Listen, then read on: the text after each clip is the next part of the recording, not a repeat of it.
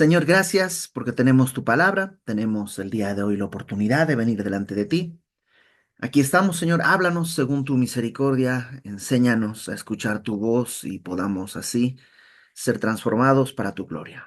En el nombre de Jesús, amén. Apocalipsis, capítulo 4. Ya hemos dicho, me parece que alguna vez hemos dicho que Apocalipsis es un libro fácil de entender. ¿Por qué? Porque tiene su propio bosquejo divino en el capítulo 1, versículo 19, en donde Jesús mismo bosqueja el libro en tres secciones. La primera parte le dice a Juan, escribe las cosas que has visto. ¿Y qué es lo que Juan vio? Lo del capítulo 1, a Jesucristo glorificado. Segunda parte, escribe las cosas que son. Capítulos 2 y 3, donde hay siete cartas a siete iglesias que prefiguran la historia universal de la iglesia. Es el presente. Hoy estamos, digamos, entre el capítulo 2 y 3. Pero luego dice la tercera parte, las cosas, escribe las cosas que han de ser después de estas. ¿Después de qué? Pues después de las que son, después de los capítulos 2 y 3, las cosas que serán después de eso, capítulos 4 en adelante. Que en griego, después de estas, es la frase metatauta, que es como comienza el capítulo 4. Capítulo 4 comienza con precisamente esta frase metatauta, que es después de esto, ¿no? Meta es eso, más allá, ¿no? Como metafísica es eso, más allá de estas cosas. Y de esta tercera parte la hemos dividido en capítulos 4 y 5, donde vemos a la iglesia delante del trono de Dios adorando en el cielo. Capítulo 6 al 19, que es la gran tribulación, lo que conocemos como la gran tribulación, que son tres series de siete juicios, primero siete sellos, luego siete trompetas y luego siete copas. Y con estos juicios lo que Dios está haciendo es derramar su ira sobre un mundo pecador que lo ha rechazado. Al final de estos juicios, bueno, antes, ¿estará la iglesia en la gran tribulación? Y la respuesta sencilla es no. ¿Cómo lo sabes?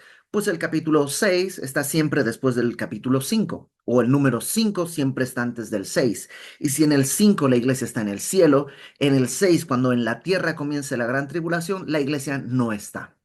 Capítulo 19 es el regreso de Jesucristo a la tierra y nosotros con él. Satanás será apresado y comenzará el milenio. Capítulo 20, 1000 años de paz, de justicia, de prosperidad, porque Cristo estará gobernando él mismo desde Jerusalén toda la tierra. Y nosotros con él gobernaremos también. Al final del capítulo, al final del milenio, Satanás será dejado libre y Dios simplemente hace así y todo lo que está, todo lo creado ardiendo desaparece y queda solamente el gran trono blanco de Dios, lo que conocemos en el ámbito popular como el juicio final. Aquel que tenga su nombre en el libro de la vida, más bien, el que no esté en el libro de la vida será arrojado al lago de fuego y aquel que esté en el libro de la vida entrará a capítulos 21 y 22, donde veremos cielos nuevos y tierra nueva y viviremos felices para siempre. Por todo eso, en realidad Apocalipsis es un libro fácil de entender. Así que vamos al capítulo 4. El capítulo 4 comienza precisamente como dijimos con la frase griega metatauta o metatavta, ¿no? Depende de quién fue tu maestro de griego. Dice, después de esto, metatauta, después de estas cosas, miré y he aquí una puerta abierta en el cielo. Y la primera voz que oí, ¿te acuerdas cuál fue la primera voz que oyó? Cuando estaba en el capítulo 1 en la isla de Patmos y escuchó una voz como de trompeta, como un ruido de muchas aguas, y se volvió a ver y era Jesucristo, el alfa, el omega, el que es, el que era, el que ha de venir, el que estuvo muerto y vivió. Bueno, esa misma voz que oyó como al principio, en el capítulo 1, dice, como de trompeta, hablando conmigo, dijo, sube acá y yo te mostraré las cosas que sucederán meta tauta, o sea, después de estas. Juan estaba en la isla de Patmos, escuchó estas cartas, escribió las cartas, porque Jesús se las va dictando, pero ahora escucha una voz desde el cielo que le dice, sube acá.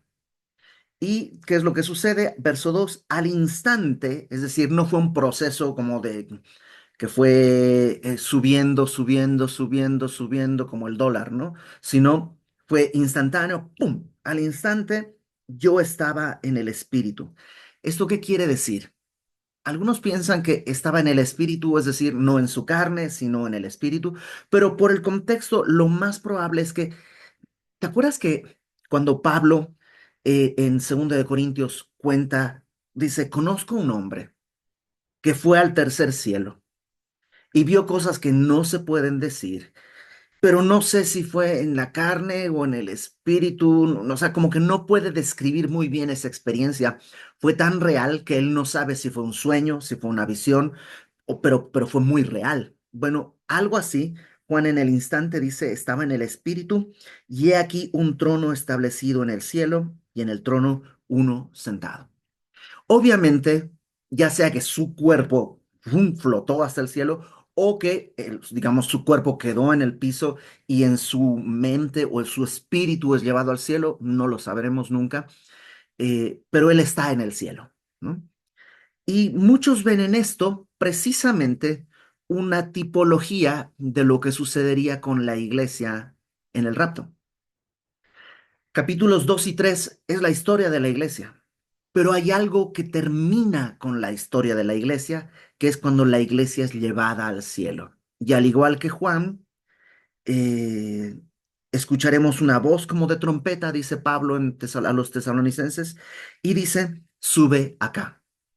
Yo les cuento, yo hace algunos años, hace muchos años era músico, o quería ser músico, y soñaba con tener una banda. Cuando ya conocí del Señor, quería tener una banda cristiana. Imagínense el delirio. Pero quería tener una banda cristiana y con unos amigos y en nuestra, pues en nuestra imaginería. Pensábamos que un día cuando tengamos mucho éxito en un gran concierto, el estadio lleno, la gente haciendo ruido antes de empezar el concierto, la idea que íbamos a empezar el concierto era toda oscuridad, solo se escucha el camelo de la gente, ¿no?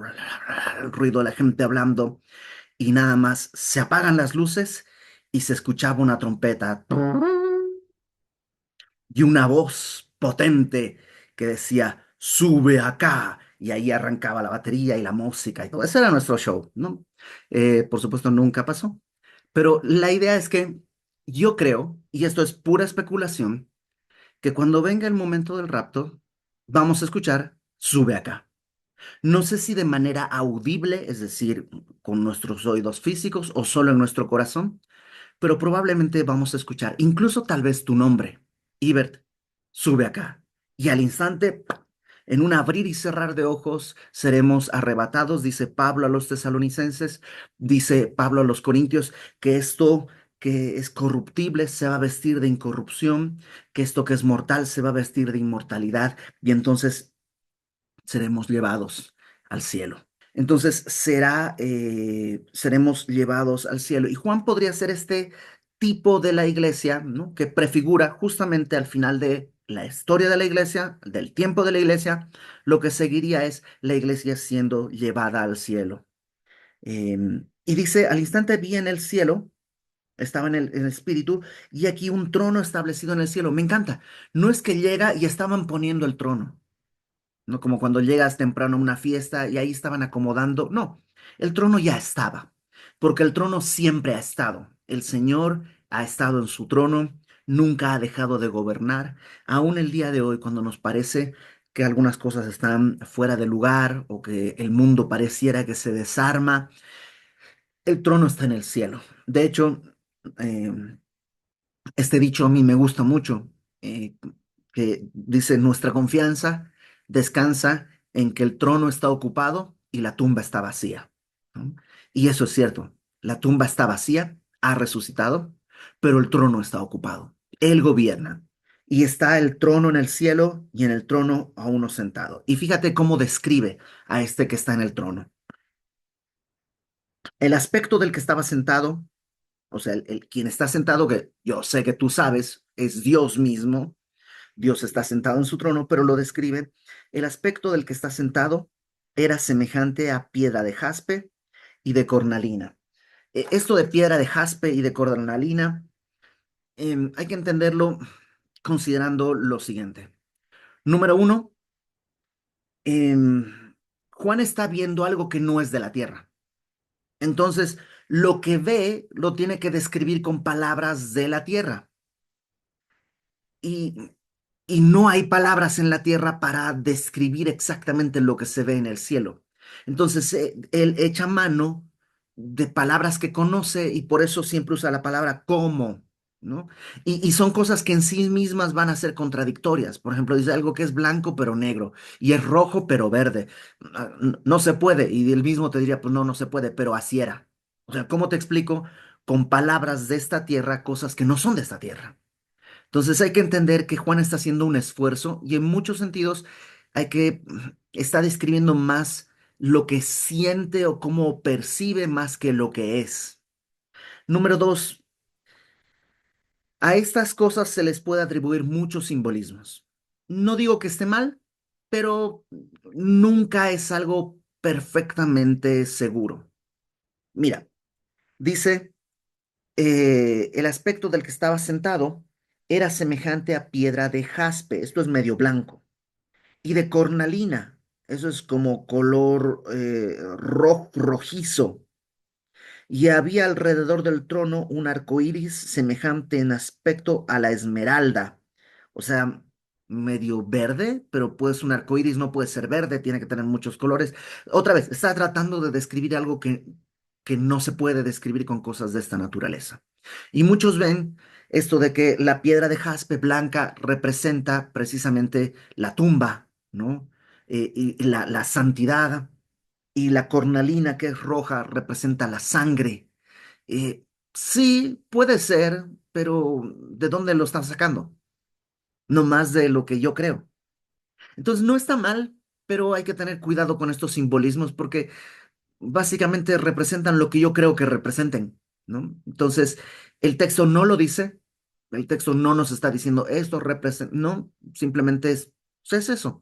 Entonces, a partir de aquí y muchas cosas, como te las quieras imaginar, pues son así, o sea, es así, ¿no? Entonces dice, el trono era así. Por supuesto, el arco iris es una obvia remembranza del pacto de Dios con Noé. Dios hizo un juicio en que exterminó a toda la humanidad excepto a Noé y su familia cercana y hace un pacto con Noé al final que el arco iris marcaría ese recordatorio de que no va a volver a hacer ese juicio. Y es un pacto de gracia, básicamente. Y es bonito eso. Alrededor del trono está el recordatorio de gracia. Por eso tal vez el escritor de Hebreos dice que nos acerquemos al trono de la gracia, ¿no? No es el trono de las obras o de las buenas intenciones, es simplemente el trono de la gracia. Verso 4. Alrededor del trono había 24 tronos. Ok, como alrededor, unos piensan que 12 de un lado, luego el trono y luego otros 12. Otros piensan que el trono está en el centro y hay 24 como en un círculo alrededor. Como te lo quieras imaginar, así. ¿Ok? No hay manera de decir así es o asá no es. Entonces, alrededor del trono, dice, había 24 tronos y vi sentados en los tronos a 24 ancianos. ¿Quiénes son estos ancianos? Lo vamos a ir descubriendo poco a poco, pero hay 24 y estos 24 son descritos como ancianos, no necesariamente viejitos, sino la palabra anciano en la Biblia hace referencia a personas maduras en su fe. Podrían ser ancianos también de edad, pero eso no es lo importante, habla de la madurez en su fe y dice que estaban vestidos de ropas blancas, lo cual en la Biblia siempre la vestidura hace representación de la justicia. Eso es algo que está en toda la Biblia. Las vestiduras representan nuestra justicia. Nuestras propias ropas son harapos, mientras que la vestidura de Cristo nos permite presentarnos delante de Dios. Pablo lo dice en innumerable cantidad de veces, despojaos del viejo hombre, vestíos del nuevo hombre creado según Dios en la justicia y santidad de la verdad. Siempre está esta idea de la vestidura. Entonces, estos 24 ancianos tienen ropas blancas con coronas de oro en, en sus cabezas. Y del trono salían relámpagos, truenos y voces. ¿Qué quiere decir esto? Algunos piensan que habla del poder de Dios en su trono. Y delante del trono ardían 7 lámparas de fuego. ¿Qué son estas 7 lámparas? Ahí mismo nos lo dice, las cuales son los 7 espíritus de Dios. Ah, caramba, ¿hay 7 espíritus de Dios? No, hay un solo espíritu, pero en la Biblia el 7 representa siempre plenitud. ¿No? 7 espíritus de Dios representan la plenitud del Espíritu de Dios ahí. Entonces tienes el trono, está el anciano, que es Dios Padre en el trono, están los 24 ancianos alrededor que tienen ropas blancas con coronas. La palabra corona en griego es Stéphanos y habla una corona de triunfo, es decir, no es como una corona de rey, la corona de rey es una corona que generalmente se usa la palabra diadema, que es una corona de majestad, mientras que Stéphanos es una corona de triunfo, es lo que le daban a los ganadores de los Juegos Olímpicos, los Juegos Sísmicos, esa como corona de laurel que se le ponía o de alguna otra cosa así. Eso es un estéfanos, no habla de gobernar, sino de triunfo. Entonces, estos ancianos tienen esas coronas, está el Espíritu Santo ahí como lámparas de fuego, lo cual, por supuesto, en la Biblia el Espíritu siempre es representado o como luz o como fuego. Entonces, ahí está, verso 6. Y delante del trono había como un mar de vidrio semejante al cristal. ¿Esto qué es? Pues como te lo quieras imaginar, así. Es un mar de vidrio semejante al cristal. Literalmente es un mar acuático, no lo sabemos. Probablemente en este pasaje en particular haga referencia no al mar en el sentido del océano, sino como una especie de fuente, ¿no? En, en, en el Antiguo Testamento se hablaba de un mar de bronce cuando en el tabernáculo, después de hacer el sacrificio en el altar del sacrificio, el sacerdote iba al mar de bronce o lavacro de bronce, que era una, pues sí, era como una especie de fuente que estaba llena de agua donde se lavaba el sumo sacerdote. Ese lavacro se construyó con los espejos que tenían las mujeres que se trajeron de Egipto, ¿no? Cuando digo espejos, no pienses en espejo como el día de hoy pensamos espejo. Eran láminas de bronce pulidas que se utilizaban como espejo. Y eso se usó para el mar de bronce o el lavacro de bronce. Y aquí podría ser algo así, pero en vez de bronce es un mar de cristal, como de vidrio, semejante al cristal, es decir, muy puro. Pues sí, no es lo mismo una copa de vidrio que una copa de cristal. Entonces está diciendo, estaba esa cosa ahí que tiene que ver con limpieza, ¿no? Versículo 6 dice, estaba junto al trono y alrededor del trono 4 seres vivientes llenos de ojos delante y detrás. ¿Y esto cómo es? Pues así como te lo quieras imaginar, así es. Ujú. El día de hoy tenemos inteligencias artificiales que tú le dices qué dibujar y lo dibuja. Y yo he visto que hay gente que le pone estos, a ver, dibújame un ser lleno de ojos delante y detrás y dibuja unas cosas horribles. No te aconsejo que las veas. Se ve horrible, se ve feo, da cosa. Entonces, ¿será así? ¿Quién sabe? Los ojos en la Biblia a menudo representan sabiduría porque, digamos, el ver te permite entender, conocer, distinto a la oscuridad, a la ceguera, ¿no? En este sentido. Entonces, seres llenos de ojos podrían implicar seres muy sabios. La mayoría de los eruditos entienden que tiene que ver con eso, ¿no? Seres, ojos por delante y por detrás, representar a seres muy sabios. Y la Biblia los presenta como seres, o sea, son eso, no dice animales, no dice personas, son seres, porque no hay cómo describirlos mejor. Dice verso 7. El primero de estos seres vivos, el primer ser viviente, era semejante a un león, no era un león, era semejante a un león. El segundo era semejante a un becerro. Un becerro es como una vaquita chiquitita, ¿no? El tercero tenía un rostro como de hombre y el cuarto era semejante a un águila volando. Cuando tú lees Ezequiel, lee de tarea, capítulo 1 y 2 de Ezequiel, se presentan unos seres parecidos a los que Ezequiel les llama querubines. ¿Son los mismos? Pues quién sabe. ¿Ok? También están junto al trono de Dios, lo cual hace parecer que podrían ser los mismos. Em, la diferencia es que los seres de Ezequiel tienen cuatro caras. Una cara es como de hombre, otra como de águila, otro como de león y otro como de becerro. Mientras que Juan ve aquí cuatro seres con los mismos rostros, pero uno en cada ser. Esto ha llevado a decir personas que a lo mejor desde donde está viendo Juan solo se ve una cara de cada uno de estos seres y por eso piensa así. Ah, me cuesta trabajo pensar que Juan sea tan cegatón, tan miope para decir, ah, mira, solo tiene una cara, pero en realidad tuvieran cuatro. O sea, yo creo que si viera que cada ser de estos tiene cuatro caras, lo hubiera anotado. Pero pues, otra vez, como lo quieras imaginar, así es. ¿Pueden ser querubines? Pueden ser. ¿Puede ser otro tipo de seres que Dios creó y que están ahí? Sí. ¿Qué representan? Muchos piensan que representan em, el león, las fieras salvajes, el becerro, las fieras domésticas, los animales domésticos, el hombre, la humanidad y el águila, las aves del cielo, ¿no?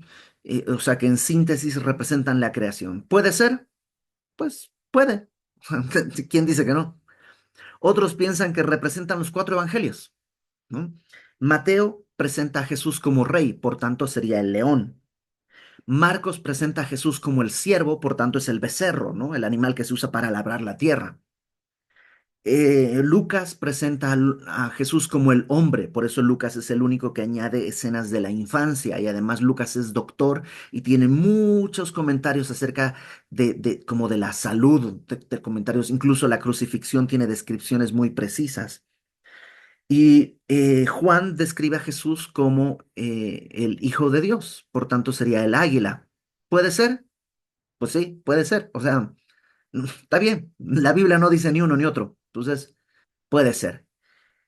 Entonces, están estos cuatro seres vivientes ahí, y dice el verso 8, los cuatro seres vivientes tenía cada uno seis alas, y alrededor y por dentro estaban llenos de ojos, y no cesaban día y noche de decir, Santo, Santo, Santo es el Señor Dios Todopoderoso, el que era, el que es y el que ha de venir. Nuevamente, ¿cómo puedes imaginarte seis alas? Como quieras. ¿Mm? No hay una manera de decirte así, no, porque no tenemos un dibujo. No hay cómo probar que está bien o que está mal.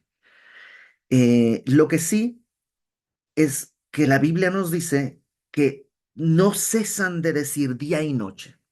Son seres llenos de ojos, de mucha sabiduría, mucha inteligencia, y toda su sabiduría y toda su inteligencia les sirve ¿para qué?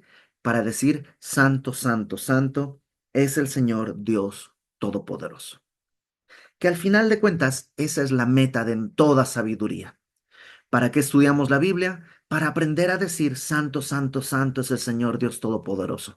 ¿Para qué Dios nos envió como seres humanos a sojuzgar la tierra? Lo cual quiere decir investigarla, estudiar, hacer descubrimientos científicos. La ciencia y la Biblia no están peleadas. La ciencia es parte del encargo de Dios a la humanidad para que en medio de la ciencia Dios se revele al hombre y el hombre pueda decir, he escarbado lo más pequeñito de los átomos, lo más grande de las galaxias, y a lo único que puedo llegar a decir es, Santo, Santo, Santo es el Señor Dios Todopoderoso. De eso se trata.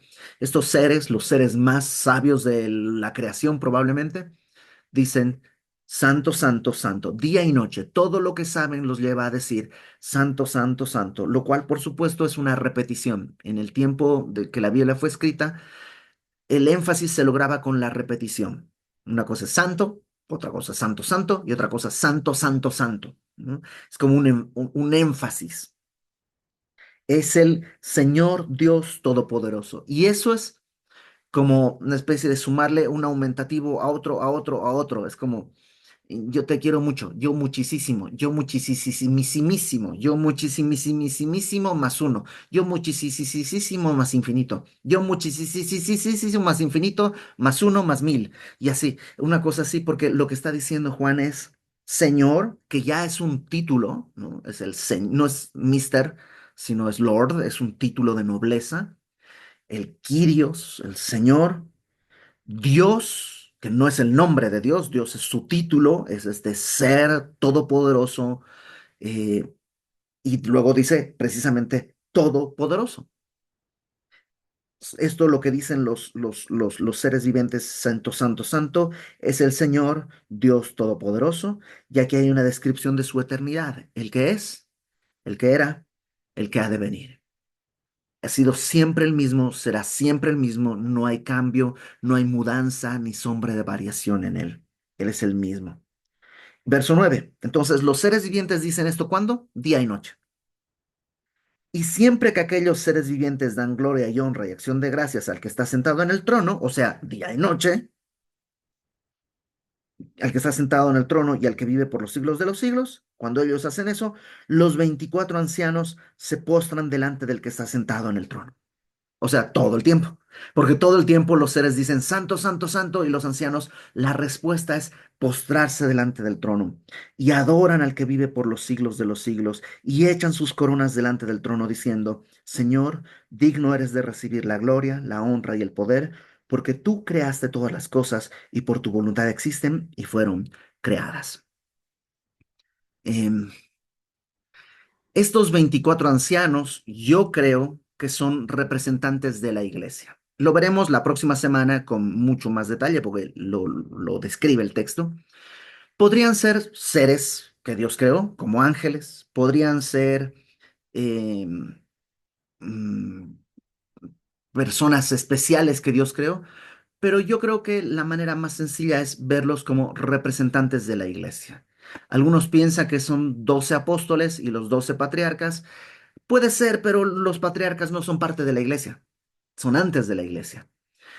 Pero eso lo dejaremos pendiente para la próxima semana. Lo que sí creo que es importante es mira la respuesta que ellos tienen. Cada que alguien les recuerda que santo, santo, santo es el Señor Dios Todopoderoso, lo que hacen, número uno, dice, se postran delante del que está sentado en el trono. Postrarse es una señal de rendición. Yo me rindo, me entrego. ¿No? Es una señal de tú eres superior, ¿no? Tú eres Dios en la tierra, perdón, en el cielo, yo estoy en la tierra. Es una señal de rendición, de postrarte, de reconocer tu soberanía sobre mi vida. Y creo que un anciano en la fe, alguien maduro, no es alguien que sabe mucho, es alguien que ha aprendido a postrarse cada que recuerda que santo, santo, santo es el Señor Dios Todopoderoso. ¿Y cada cuánto debe recordarlo? Día y noche. Ahora, no solo se postran, lo cual es bonito y bueno, y hay que aprender, pero no solo eso. Mira, lo segundo es, adoran al que vive por los siglos de los siglos. Yo podría postrarme, pero no adorar. Podría postrarme y decir, va, me postro, eres más poderoso que yo, eres más grande que yo. Ok, tú ganas, yo me postro, pero mi corazón estoy de pie, pero tengo mis propias convicciones. Pero, ¿no? Podría pasar eso, pero estos hombres, o estos, sí, estos ancianos, se postran y adoran. Y ese es el reto. Y yo lo he visto. He visto a personas que en momentos de crisis y de necesidad y de dolor, se postran a Dios y no protestan, sino que adoran. Yo no sé si Facundo Cabral está en el cielo con el Señor o como él decía, en el infierno con Somoza. No, no lo sé. Pero una de las cosas que me sorprendieron cuando yo empecé a conocer la vida de Facundo Cabral es que él cuenta que un día estaba él en un aeropuerto y su esposa y su hija iban a encontrarse con él y el avión en el que viajaban se tuvo un accidente y cayó y murieron su esposa y su hija. Y él cuenta que corrió a la pantalla donde estaban la lista de aviones que iban a- que estaban, ¿no? Y vio el avión en el que venía su familia y pues vio que tuvo el accidente y que él pensaba, no puede ser, seguramente lo perdieron, llegaron tarde, esto no pasa, no puede ser que hayan tenido esto. Y luego apareció la lista de personas que habían fallecido y entonces confirmó, vio el nombre de su esposa y de su hija. Y él cuenta que, eh, bueno, él cuenta que Krishnamurti, que estaba a su lado, que era un filósofo, él le cuenta, porque Cabral no lo recuerda, Krishnamurti le recuerda que cuando vio los nombres, Facundo Cabral solamente cayó de rodillas y lo único que dijo es, gracias Dios, ahora sé quién manda, ¿no? Y yo no sé si eso es cierto o no, pero me parece, solo entendiendo quién es el Señor, puedes reconocer su soberanía y adorarle aún en esos tiempos tan difíciles. Y yo conozco gente que ha adorado al Señor en los momentos más oscuros de su vida. No solo ha adorado al Señor, ha llamado a la alabanza a otros aún en esas profundidades de dolor. Ahora, no solamente se postran y adoran, sino que dice, echan sus coronas delante del trono. Seguramente has oído canciones que dicen, arrojamos nuestras coronas delante de ti y no sé qué. Vienen de acá. Es el único pasaje en el que se habla de que se arrojan las coronas. Son los ancianos los que arrojan las coronas delante del trono. ¿Qué coronas? ¿Te acuerdas? Eran coronas de triunfo. Y es como si dijeran, por decir algo, ¿no? Yo me sé 500 versículos de memoria. Se quitan esa corona y la arrojan. Es como que yo me sé los versículos, pero eres tú. Y ponen, ¿no? Yo le fui fiel a mi esposa todo nuestro matrimonio. Se agarran esa corona, pero no fui yo, fuiste tú en mí, y arrojan la corona. Y yo, o sea, prediqué 1000 sermones, pero agarran esa corona y la arrojan delante del trono, porque nada de lo que hagan es válido sin el Señor, y todo lo bueno que han hecho es por la gracia de Dios. Sí, Pablo dice, la gracia de Dios en mí no ha sido en vano. He trabajado más que todos los demás, Primera de Corintios 15, pero no yo, sino la gracia de Dios en mí. Y eso es lo que están haciendo estos ancianos. Las obras que hemos hecho, Señor, ¿sabes qué? Son tuyas. Yo no. ¿En qué momento yo podría ponerme una corona delante de tu trono?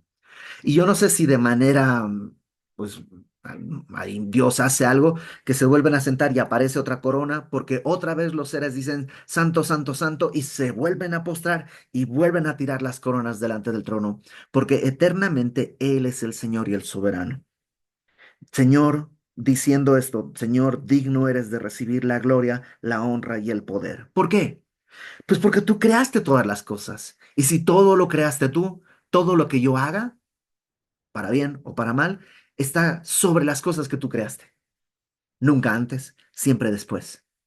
Si yo predico bien, es porque tú me diste aire, tú me diste lengua, tú me diste tu palabra. Al final de cuentas eres tú. Si yo trato bien a mi esposa, es porque tú me diste esposa, es porque tú me diste familia, es porque tú te revelaste a mi vida. O sea, al final de cuentas, haga lo que haga, por mucho bien que yo intente hacer, siempre es solo después de lo que Dios ha hecho por mí. Digno eres de recibir la gloria, la honra y el poder, porque tú creaste todas las cosas, y no solo las creaste, sino por tu voluntad existen y fueron creadas. Lo que el día de hoy existe es porque Dios lo mantiene por su voluntad.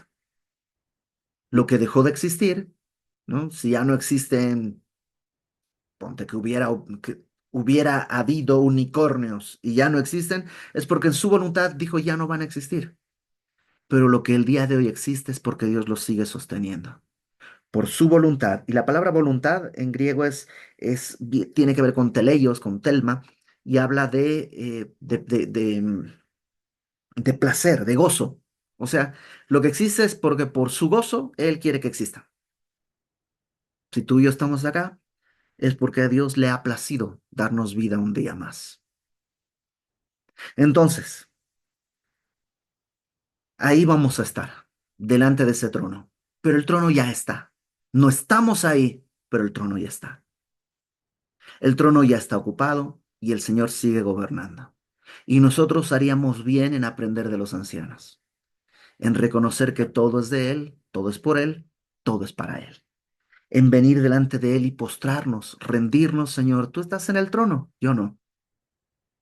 Y aunque yo estuviera en un trono, acuérdate que hay 24 tronos donde están los ancianos, aunque yo estuviera en el trono lo pusiste tú sigues siendo sobre mí.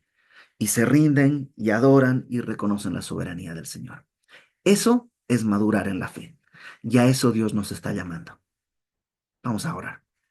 Señor, gracias porque nos has dado el día de hoy una pequeña visión de lo que sucederá por la eternidad, postrados delante de ti, adorándote. ¿Qué otra cosa más habría que hacer, Señor? Ese es nuestro propósito, para eso nos creaste y lo único que queremos es responder ante tu gran amor, sabiendo que todo lo que hagamos, todo lo que podamos hacer, por muy bueno que sea, solo va a ser una respuesta al gran amor que tú has tenido por nosotros. Pues si aún estamos aquí, es porque, por tu placer, por tu gozo todavía nos sostienes. Gracias, Señor, por esa tumba vacía y por el trono ocupado. Nos ponemos en tus manos, Padre, por Cristo nuestro Salvador. Amén.